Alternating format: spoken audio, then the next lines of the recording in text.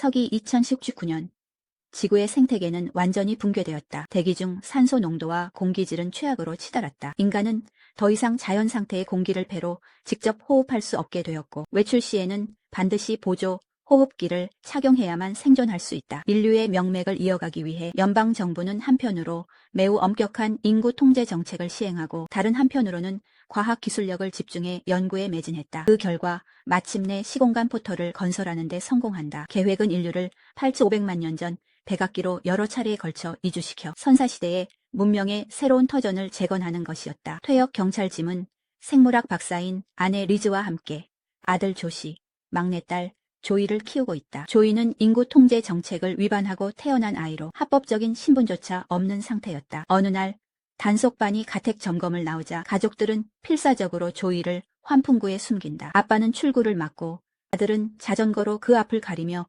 위기를 넘기려 했지만 결국 겁에 질린 아이의 울음소리를 감추지는 못했다. 짐은 불법 출산이라는 중죄로 징역 8년을 선고받고 가족은 그대로 산산조각이 나고 만다. 짐이 수감된 이듬해 리즈는 최고의 생물학 전문가로서 제10차 선사시대 이민자 명단에 발탁된다. 연방 법규에 따라 합법적인 가족을 데리고 함께 시간 이동을 할 수 있었지만 복역 중인 짐과 시민권이 없는 조이는 명단에서 완전히 제외되었다. 면회날 리즈는 초소형 레이저 용접기가 숨겨진 방독면을 짐에게 몰래 건네주며 선사시대로 함께 도망치자는 약속을 나눈다. 용접기와 오랜 시간 단련한 강인한 체력을 바탕으로 짐은 탈옥에 성공한다. 고통을 참아가며 체내에 심어진 범죄자 위치 추적 장치를 도려낸 뒤 이민자 이송 차량 밑바닥에 숨어 삼엄한 보안 검색을 통과한다. 그리고 마침내 포털 앞에서 가족과 극적으로 재회한다. 포털로 발을 내디디려던 찰나 경비병이 탈옥수인 짐을 알아본다. 짐은 결연히 돌아서서 경비병들을 막아서며 아내와 아이들이 피할 시간을 번다. 가족이 무사히 건너간 것을 확인하고서야 필사적으로 포위망을 뚫고 포털로 몸을 던진다.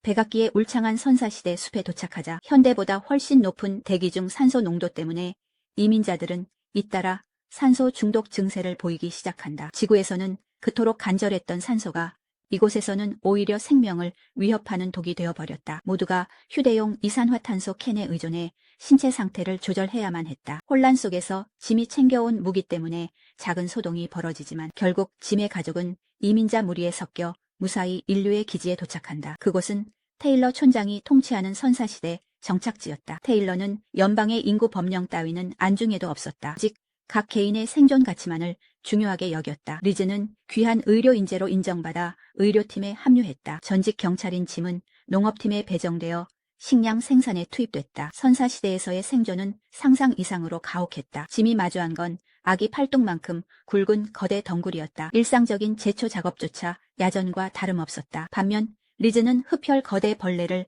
의료 장비로 쓰는데 익숙해져야 했다. 환자의 혈액에서 과잉 축적된 산소를 뽑아내기 위해서였다. 부부는 이 낯선 환경에 힘겹게 적응해 나갔다. 하지만 기지의 평화는 그리 오래가지 못했다. 기지에서 이탈한 제6차 이주민들이 수시로 국경을 넘어와 습격하고 전력을 훔쳐갔다. 그들의 우두머리인 미라는 테일러와 깊은 원한 관계였다. 한 번은 제6차 이주민 중 한 명이 기지에 잠입해 테일러를 암살하려 했다. 그때 짐이 전직 경찰의 본능으로 그를 구해냈고 이를 계기로 테일러의 전속 경호원이 되었다. 그러면서 제6차 이주민과 기지 사이에 얽힌 핵심적인 갈등을 점차 알게 되었다. 그들은 테일러가 선사시대의 중대한 비밀을 은폐하는 것에 불만을 품고 기지를 이탈해 독자적으로 진실을 파헤치기로 한 것이었다. 한편 소년 조시는 쾌활하고 용감한 소녀 스카이에게 끌려 기지의 소년 모험단에 합류했다. 스카이는 이들보다 일찍 도착한 제3차 이주민 출신으로 기지의 모든 비밀 통로와 외곽 지형을 꿰뚫고 있었다. 두 사람은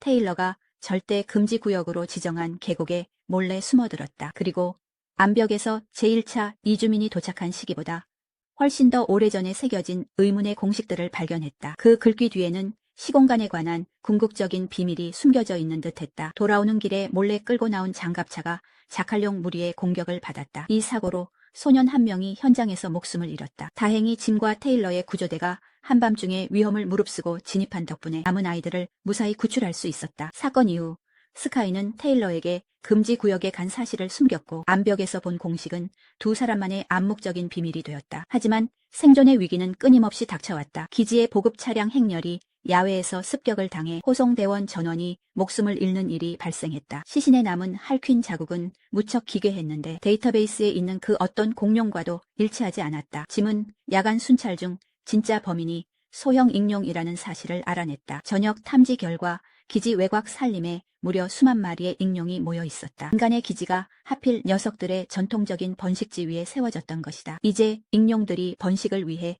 둥지로 돌아오면서 절체절명의 재앙이 일촉즉발의 상황에 놓였다. 기지에는 즉각 최고 경계 태세가 발령되었고 리즈는 전 남편이자 기지의 수석 연구관인 마크와 함께 성페로몬을 긴급히 개발하기 시작했다. 계획은 익룡 무리를 멀리 떨어진 무인 계곡으로 유인하는 것이었다. 짐은 밤새 팀을 이끌고 암수 익룡을 실험 샘플로 포획했다. 정글에서 온갖 위험을 무릅쓴 끝에 산채로 데려올 수 있었다. 익룡 무리가 하늘을 뒤덮은 채 기지 성벽을 덮치려던 찰나 마침내 성페로몬 합성이 완료되었다. 테일러는 직접 차를 몰고 페로몬 장치를 실은 채 황야로 돌진했다. 거대한 익룡 무리를 수십 킬로미터 밖의 계곡으로 유인해내며 기지의 생존 위협을 완전히 제거했다. 엎친 데 덮친 격으로 외곽의 전방 연구기지가 갑자기 통신이 두절되었다. 기지 내 모든 인원이 기억 단층 상태에 빠져 있었다. 원인은 뇌의 기억을 갉아먹는 선사시대의 고대 바이러스였다. 짐이 구조대를 이끌고 현장에 도착해보니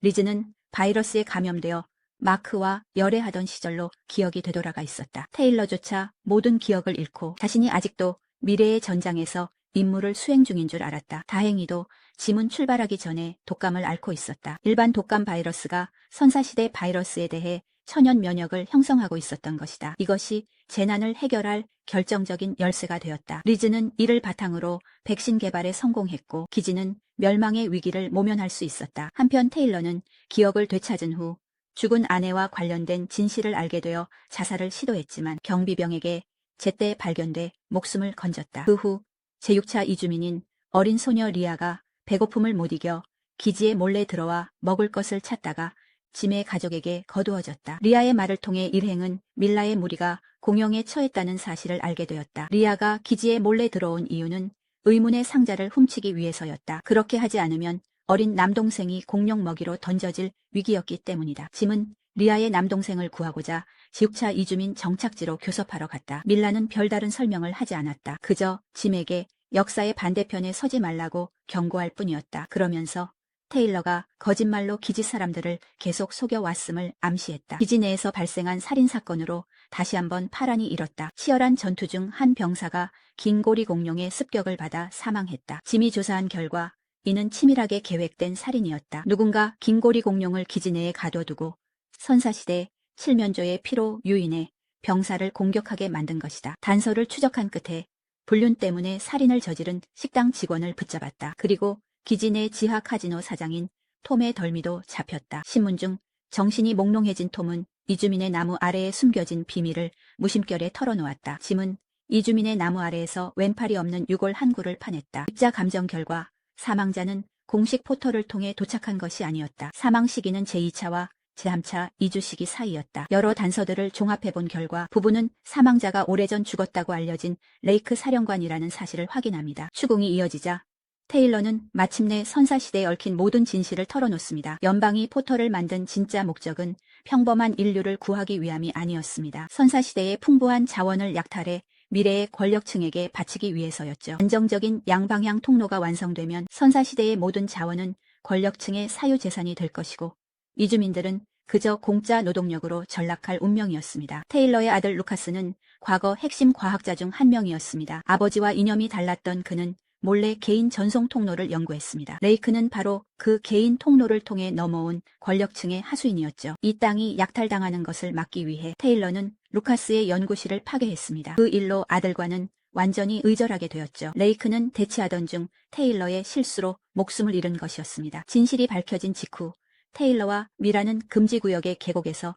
승냥이룡과 맞닥뜨립니다. 두 사람은 함께 벼랑 아래로 떨어졌고 절망적인 상황 속에서 두 숙적은 어쩔 수 없이 손을 잡게 됩니다. 불씨와 활에 의지해 사방의 위험이 도사리는 밤을 무사히 넘기며 서로를 향한 증오심도 한결 누그러지고 미묘한 감정이 싹트게 되죠. 한편 기지 내부에서는 스카이가 중병에 걸린 어머니를 치료하기 위해 미라의 협박을 받고 스파이 노릇을 하고 있었습니다. 핵심 구역에 잠입해 데이터를 빼내려던 그녀는 결국 양심의 가책을 느끼고 테일러에게 모든 것을 털어놓기로 결심합니다. 루카스의 전체 계획을 남김없이 폭로한 것이죠. 이 시점에 루카스는 이미 미래의 권력층과 완벽하게 결탁한 상태였습니다. 포털이 다시 열렸고 용병들이 선사시대로 무시뮤즈도 끊임없이 쏟아져 들어옵니다. 기지 광장에서는 자살 폭탄 테러가 발생하고 테일러는 중상을 입고 혼수 상태에 빠집니다. 루카스와 미라는 그 틈을 타 기지 전체를 장악해버립니다. 짐과 마크는 포털 복구 작업을 몰래 지연시키고 리즈는 선사시대 기생충에 대한 소문을 퍼뜨려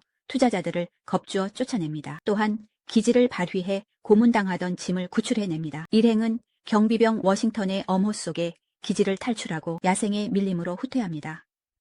미래 세력의 약탈을 완전히 끝내기 위해 테일러는 목숨을 건 최후의 작전을 씁니다. 스카이는 역공작을 펼쳐 루카스를 생포하고 짐은 음파 폭탄을 챙긴 뒤 광산 수레에 숨어 미래 세계로 포털을 넘습니다. 미래의 전송 광장에서는 권력층이 선사시대의 금과 자원이 넘어오기만 기다리고 있었죠. 하지만 짐이 이끌고 온 카르노타우루스의 습격에 현장은 아수라장이 됩니다. 짐은 음파 폭탄을 성공적으로 터뜨려 포털의 터미널을 완전히 파괴합니다. 그리고 자신은 시공간의 충격파에 휩쓸려 백악기로 튕겨져 나가 낯선 밀림 한가운데로 떨어지게 됩니다. 리즈가 전자기 신호를 추적해 짐을 찾아냈을 때 기지의 용병들은 포털이 파괴되어 퇴로가 끊기자 황급히 달아났다. 살아남은 천여 명의 생존자들은 마을의 폐허에 다시 모였다. 테일러는 모두의 앞에 서서 인류가 미래의 족쇄에서 완전히 벗어나 이 선사시대의 대지에서 처음부터 다시 시작해 진정한 우리만의 새로운 시대를 열 것을 선언했다. 사람들이 터전을 재건하기 시작했을 때